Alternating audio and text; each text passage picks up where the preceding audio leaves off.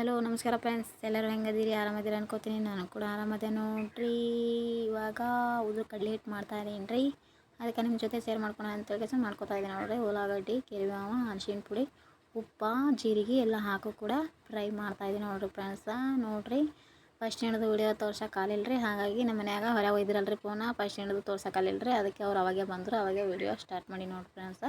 ಅವಾಗೆ ಬ್ಲಾಗ ಚಾಲು ಮಾಡಿದ್ದೀವಿ ನೋಡ್ರಿ. ನಮಗೂ ಮಾತಾಡೋಕೆ ಬರಲ್ರಿ, ಕ್ಷಮಿಸ್ಬಿಟ್ರಿ.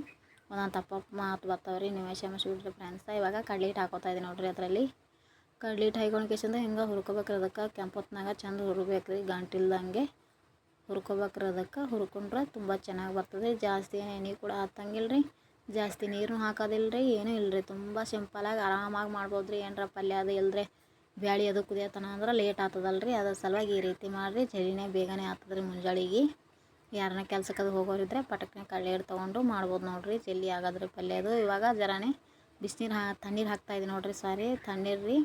ಸ್ವಲ್ಪ ಉಗುರು ಬೆಚ್ಚಗೆ ಮಾಡ್ಕೇಸಂತ ಹಾಕ್ಕೊಂಡು ನೋಡ್ರಿ ಯಾವ ರೀತಿ ಐತ್ರಿ ಪಲ್ಯ. ಉದ್ರಾಗಿ ಬಂತು ನೋಡ್ರಿ, ಎಷ್ಟು ಚೆನ್ನಾಗಿ ಕಾಣಕತ್ತದ ರೀ. ಪುಡಿ ಖಾರನೇ ಹಾಕೀನಿ ರೀ, ಹಸಿಮೆಣ್ಸಿಗೆ ಇರಲಿಲ್ಲ ರೀ. ಹಾಗಾಗಿ ಪುಡಿ ಖಾರ, ಸ್ವಲ್ಪ ಮಸಾಲೆ, ಅದು ಖಾರ, ಉಪ್ಪು, ಅರಿಶಿನ ಇಷ್ಟೇ ಹಾಕಿದ್ದೀನಿ ನೋಡ್ರಿ. ಏನು ಜಾಸ್ತಿ ಏನು ಹಾಕಿಲ್ಲ ರೀ ಫ್ರೆಂಡ್ಸ.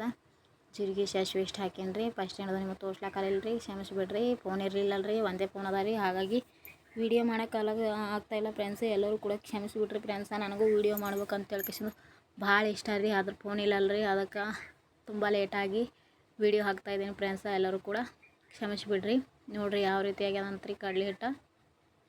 ನೋಡಿರಿ ಎಷ್ಟು ಉದ್ರಾಗಿ ಬಂದದ್ರಿ ಕಡ್ಲೆ ಹಿಟ್ಟು, ತುಂಬ ಚೆನ್ನಾಗಿ ಬಂದದ ನೋಡ್ರಿ. ಈಗ ರೀ ಅಷ್ಟೊಂದು ಗಂಟೆ ಏನಾಗಿಲ್ಲ ರೀ. ನೋಡಿರಿ ಹೋಟೆಲ್ದಲ್ಲಿ ಇದೇ ರೀತಿಯಾಗಿ ಕಾಣ್ತದ್ರಿ, ಅದೇ ರೀತಿಯೇ ಇದನ್ನು ಹಾಗೆ ಕಾಣಿಸ್ತಾ ಇದ್ದಾವೆ ನೋಡಿರಿ.